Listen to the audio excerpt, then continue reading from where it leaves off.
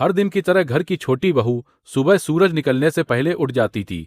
आंगन में तुलसी को पानी देती, फिर रसोई में सबके लिए नाश्ता बनाती। सास ससुर देवर जेठ सबका ख्याल रखती।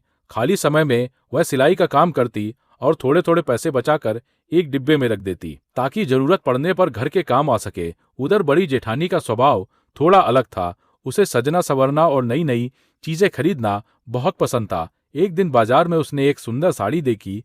वह साड़ी उसे इतनी पसंद आई कि उसने अपने पति से लेने की जिद कर दी, लेकिन उस महीने घर में खर्च ज्यादा था, इसलिए जेठ ने मना कर दिया। जेठानी का मन उदास हो गया। कुछ दिनों बाद सास की तबीयत अचानक खराब हो गई। दवाइयों और जांच में काफी पैसे लगने वाले थे। घर के सभी लोग परेशान हो गए कि इतनी बड़ी रकम कहाँ से आएगी। तभी छोटी बहू चुपचाप अपने कमरे में गई और अपना बचत वाला डिब्बा ले आई। उसने बिना कुछ कहे सारे पैसे ससुर जी के हाथ में रख दिए। सब लोग हैरान रह गए। ससुर की आंखें नम हो गई।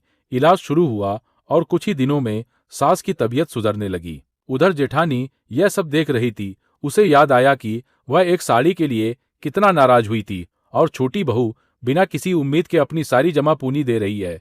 उसे अपनी सोच पर शर्म आई। कुछ दिनों बाद जब सास पूरी तरह ठीक हो गई तो जेठानी ने अपनी पुरानी लेकिन बहुत प्यारी साड़ी छोटी बहू को उपहार में दी और बोली, तुमने इस घर को सिर्फ संभाला नहीं, जोड़ा भी है।